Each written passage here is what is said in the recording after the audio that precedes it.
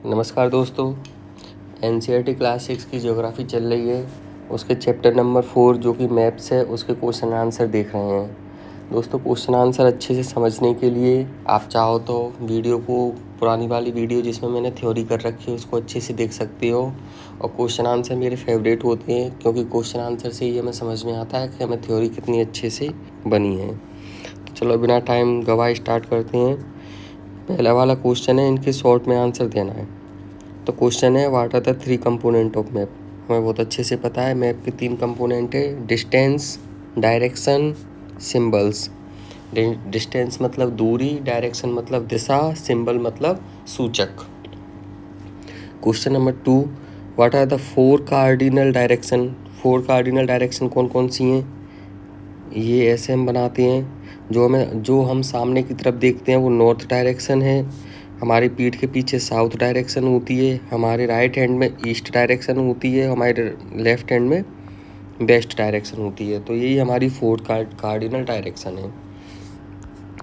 ठीक है, सॉरी। इसके बाद अगला क्वेश्चन है, what do you mean by the term the scale of A map. भैया मैप में स्केल क्या होती है। तो स्केल हमने पढ़ा था, क्या पढ़ा था कि एक रेशियो होता है, एक अनुपात होता है किसके बीच में, एक्चुअल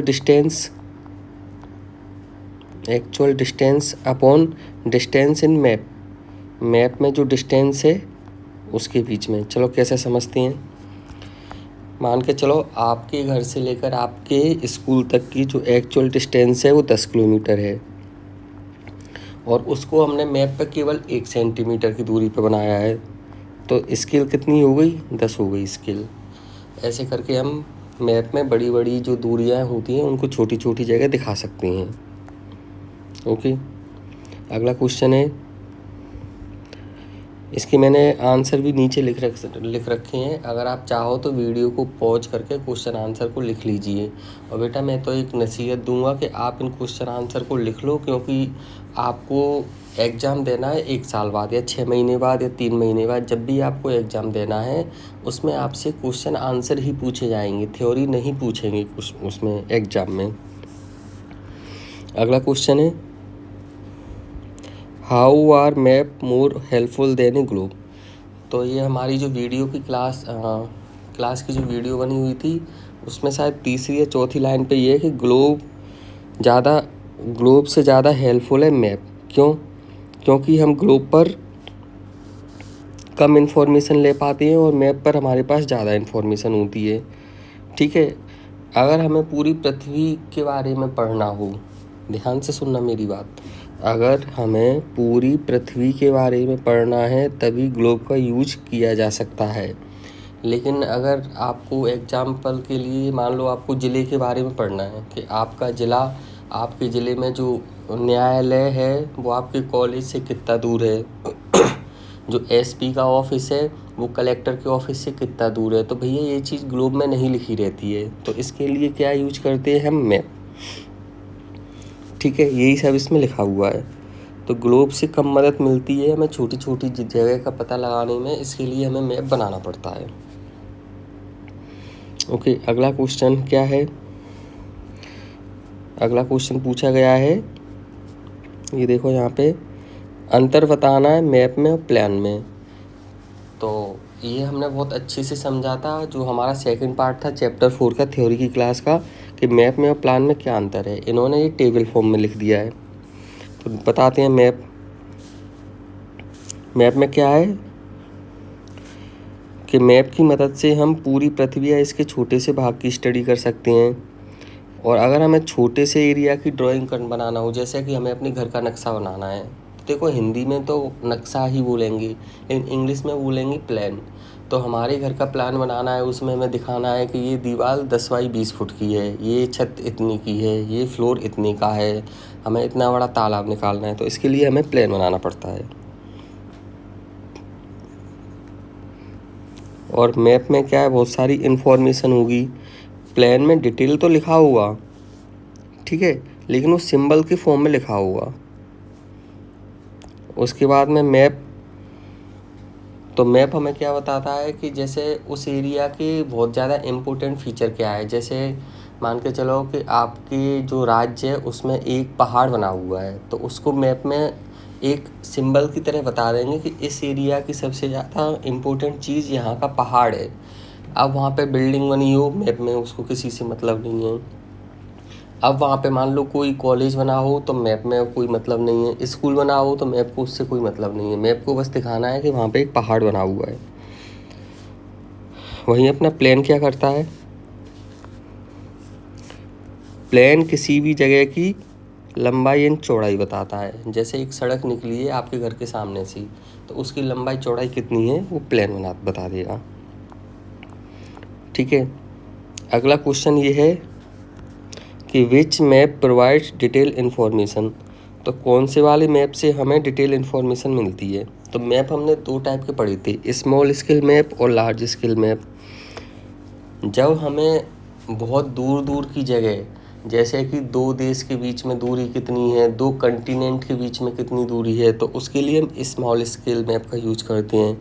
लेकिन जैसे हमें छोटी जगह देखना हो कि एक गांव में स्कूल से एक कुआं कितनी दूर है, तो हम लार्ज स्केल मैप का यूज करते हैं।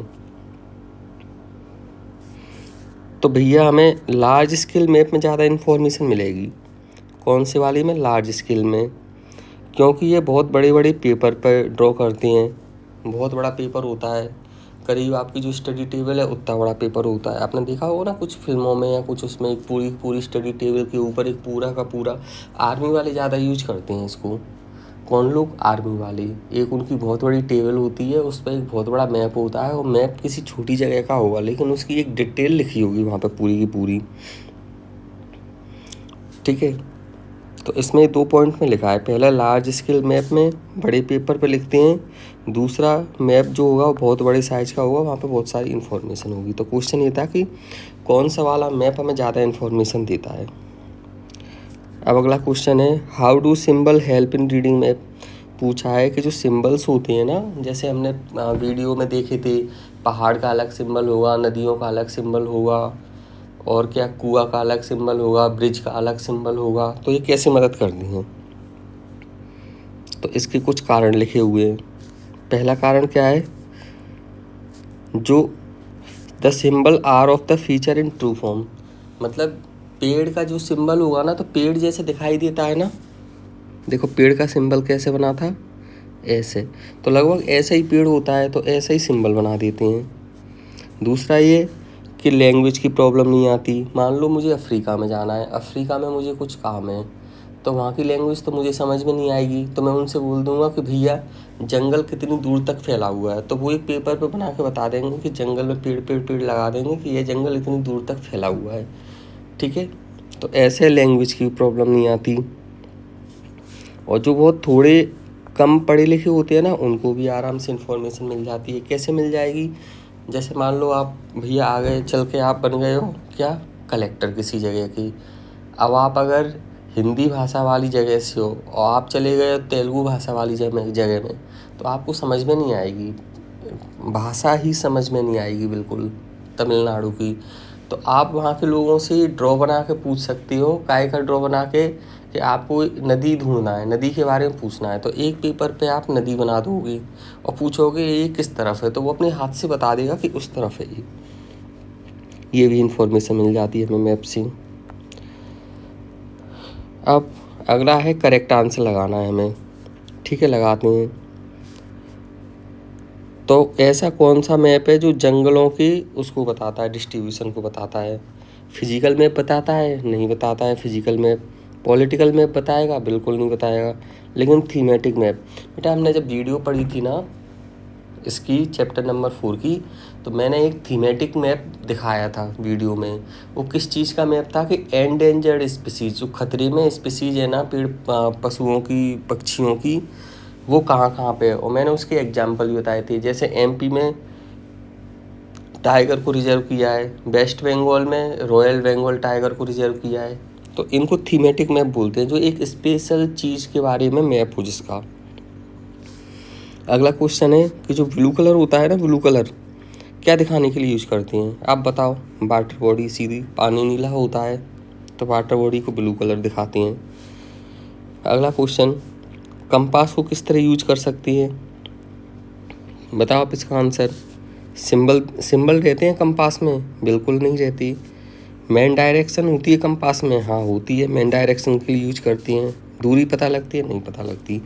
तो एक ऐसी चीज़, ऐसी गोल गोल चीज़ होती है, उस पर एक सुई सी बनी होती है, वो हमेशा नॉर्थ डायरेक्शन को शो करती है, उसको कंपास बोलते हैं। इंस्ट्रूमेंट होता है एक, दिखाया था मैंने पुरानी वाली वीडियो में। स्केल काहे के लिए ज़रूरी होती है? अभी हमने क्वेश्चन देखा ना स्केल के बारे में। स्केल क्या होता है? एक्चुअल डिस्टेंस और मैप पे जो डिस्टेंस हमने लिखी है उसके बीच का रेशियो होता है स्केल। ठीक है, तो स्केल काहे के लिए ज़रूरी होती है? मैप के लिए।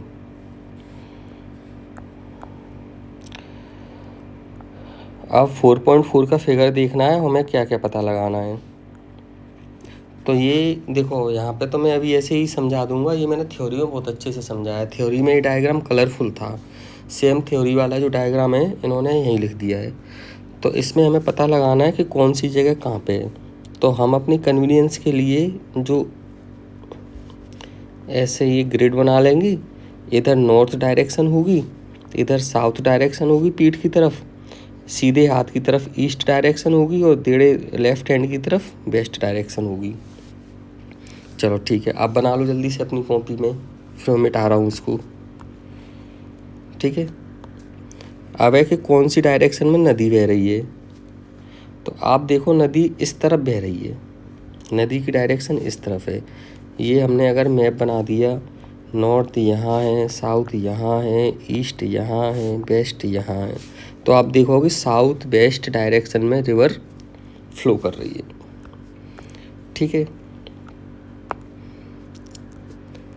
What kind of road pass by the side of village Dumri. Dumri गांव ये है, इसके पास में से ये पक्की सड़क निकल रही है, जिसको हम मेटल सड़क भी बोलते हैं। ठीक है, तो इनके आंसर वैसे तो मैंने यहाँ लिख भी रखे हैं। साउथ वर्ड डायरेक्शन में नदी बह रही है, मेटल रोड डुमरी है, और on which type of railway line is Sundarban situated. तो कौन सी है सुंदरबन, कहाँ पे है? ये सुंदरपुर। तो ये ब्रॉड गेज लाइन डली हुई है। ठीक है, तो इसका आंसर ब्रॉड गेज। अब बेटा मैं चाहता हूँ कि जो बाकी के क्वेश्चन है ना, ये पुलिस स्टेशन वाला, ये रेलवे लाइन के पास कौन कौन सी चीज़, छतरी कहाँ है, चर्च कहाँ है, पॉन्ड कहाँ है, मॉस्क मस्जिद कहाँ है, नदी कहाँ है, पोस्ट ऑफिस, कब्र कहाँ है। तो इसके लिए आप चैप्टर 4 की दोनों वीडियो देखिए। उस वीडियो में मैंने बहुत अच्छे से समझाया है, और उनके बाद फिर मुझे यहाँ पे आके इनके क्वेश्चन के आंसर बताइए कमेंट सेक्शन में आके। ठीक है, इससे मुझे पता लगेगा कि आप कितने अच्छे तरीके से वीडियो देख रहे हो, और मैं कितने अच्छे तरीके से आपको समझा पा रहा हूँ। ओके, अब हम देखते हैं multiple choice question. Multiple choice मतलब एक से ज़्यादा चॉइस होती हैं, जिसमें 4 में से हमें एक सही सिलेक्ट करना है। अब पूछा है कि not a component of map. Map के 3 कंपोनेंट थे हमारे पास, क्या क्या थे? एक तो डायरेक्शन थी, एक सिंबल था, एक डिस्टेंस था। स्केल मैप का कंपोनेंट होता है? बताओ। नहीं होता।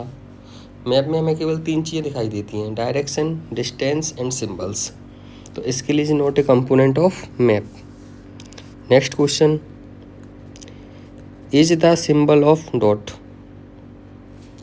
ठीक है, तो पहला ऑप्शन है international boundary, boundary, state boundary, district boundary, boundary, village.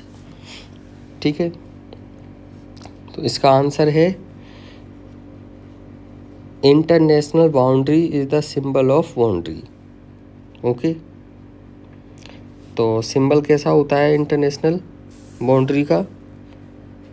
Dot, ये जो लिखा है ना, dot dot dot dot dot dot fill in the blank, ये किसका सिंबल पूछा है? ये इंटरनेशनल बाउंड्री। स्टेट बाउंड्री का सिंबल क्या होता? अगर ये लाइन ऐसे सीधी होती तो ये स्टेट बाउंड्री होती। तो इनने चूंकि डॉट डॉट करके पूछी है ये, तो ये किसका सिंबल है? इंटरनेशनल बाउंड्री का। अगला क्वेश्चन है ब्राउन कलर। आप बताओ ब्राउन कलर वाटर बॉडी के लिए कौन सा था? Blue colour. प्लेटू के लिए येलो सा था, प्लेन्स के लिए डार्क येलो था, ब्राउन कलर माउंटेन के लिए था। अगला क्वेश्चन है फिजिकल मैप क्या होता है। फिजिकल मैप हमें क्या दिखाता है, क्या दिखाता है physical map? Natural feature of the earth, हाँ दिखाएगा natural feature of the earth. Different country and state of the world, बिल्कुल। क्या आपको क्या लगता है दिखाता है? वो पॉलिटिकल मैप दिखाता है, सही, ये नहीं दिखाएगा। डिस्ट्रीब्यूशन ऑफ फॉरेस्ट, ये थीमेटिक मैप दिखाएगा, थीमेटिक मैप। तो फिजिकल मैप हमें केवल नेचुरल फीचर ऑफ अर्थ दिखाएगा, तो इसका आंसर ये हो जाएगा। अगला question, which one is not an intermediate direction. तो 4 कार्डिनल डायरेक्शन थी, 4 इंटरमीडिएट डायरेक्शन थी। तो कार्डिनल डायरेक्शन कौन कौन सी थी हमारे पास? नॉर्थ, ईस्ट, वेस्ट, सॉरी ये यहाँ पे होगी साउथ। दोबारा बनाता हूँ मैं, एक मिनट थोड़ा बड़ा कर लूँ।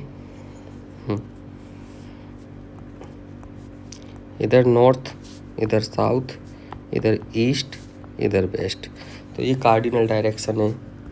Intermediate direction north east, south east, south west, north west.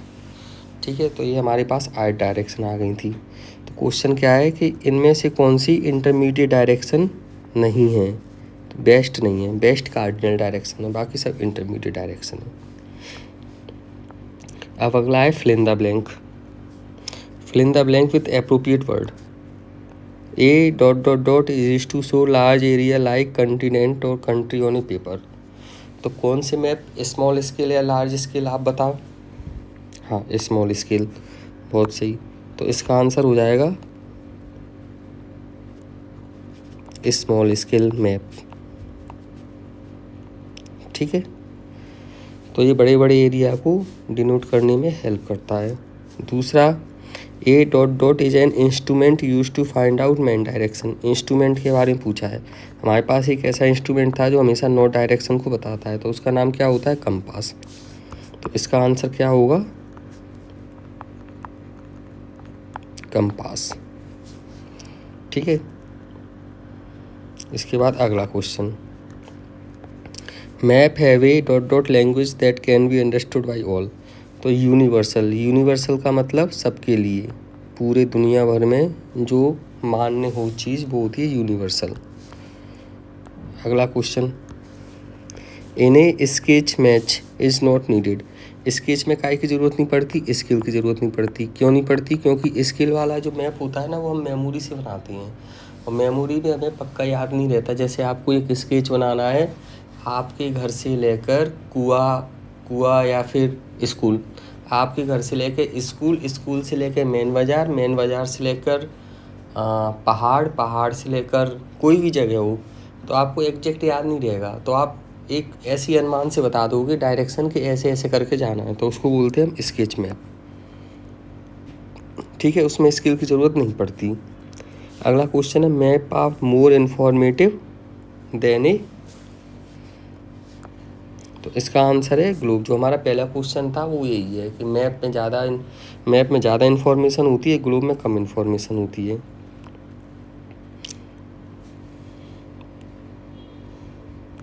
अब पूछ रहे हैं सही या गलत, बताओ। मैं पूछता जाऊंगा, तुम बताते जाओगे। A globe is use to study the earth as a whole. भैया कर सकते हैं ग्लोब से पूरी अर्थ की स्टडी? हाँ बिल्कुल कर सकते हैं, बिल्कुल कर सकते हैं, true. Political map show natural feature of the earth. नहीं, बिल्कुल नहीं, गलत।